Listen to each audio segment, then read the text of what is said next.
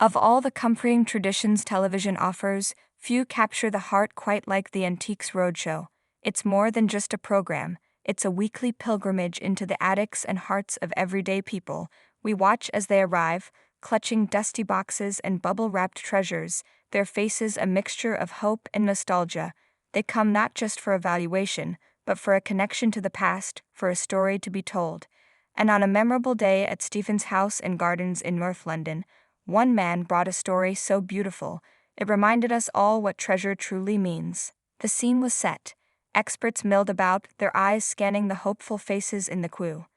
Among them was Joanna Hardy, a specialist whose passion for fine jewelry is utterly infectious. She speaks of gems and precious metals not as commodities, but as tiny vessels of history and artistry. It was then that she let the audience in on a little secret, a glimpse into the thrilling world of an appraiser. "I'll tell you a little secret," she began, her eyes twinkling with the thrill of the hunt. "We love seeing a leather box that has a bit of age to it and has some decoration over the top, and then we think, what could be inside? It's a feeling we can all relate to, isn't it? That childlike wonder of a mysterious, unopened box. For the experts, it's the professional equivalent of Christmas morning."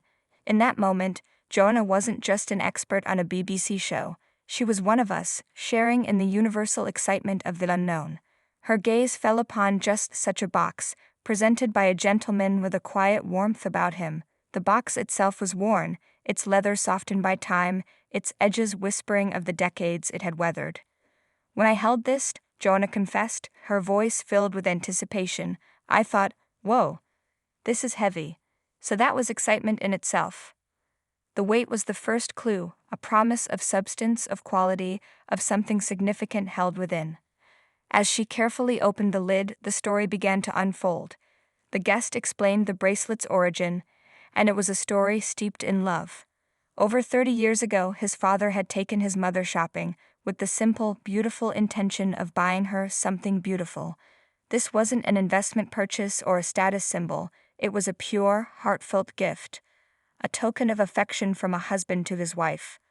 "Apart from that, we know very little about it," the son admitted, his voice tinged with reverence as he looked at the piece. "I do adore it, I think it's stunning." Joanna's smile was genuine and heartfelt. "Well, he certainly had an eye for beauty," she said, her voice soft with admiration. She delicately lifted the bracelet from its velvet nest. The camera zoomed in, and a collective, unspoken gasp could almost be heard.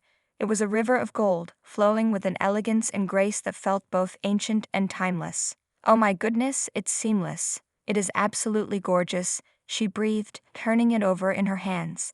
This wasn't just a piece of jewelry, it was a masterpiece of engineering and art. The manufacture is superb, the craftsmanship. We've really got to protect the craft today, so it's so lovely to see something that is so beautifully made. Her words resonated deeply. In our modern world of mass production and fleeting trends, here was an object created with patience, skill, and a dedication to perfection.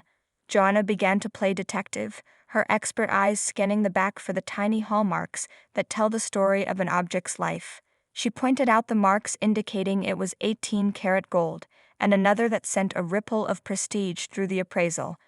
The mark for Garrard & Co., the legendary crown jewelers. But the story had another twist. It also has an import mark, Joanna shared, piecing together the puzzle. So this particular bracelet was retailed by Garrard, not made by Garrard. It would have been made from maybe Italy, from one of the main manufacturers of chains and bracelets. Suddenly, the bracelet had a romantic, international journey. One could imagine a master goldsmith in a sun-drenched Italian workshop, painstakingly crafting each link, before it was sent across Europe to be showcased in the most prestigious jewelry house in London. The label even featured the Regent Street address that Garrard moved to in the 1950s, perfectly dating the piece and tying its story together with a neat historical bow. "So together it has that complete story," Joanna summarized, her admiration for the piece evident in every word, "and because it has got this wonderful, almost matte finish, together with its movement, I can imagine wearing it and feeling really special in it." Now came the moment of truth. The air grew thick with anticipation. The guest, the expert, and everyone watching at home held their breath. Joanna laid out the factors contributing to its value. a perfect storm of desirability. Gold has never been so high,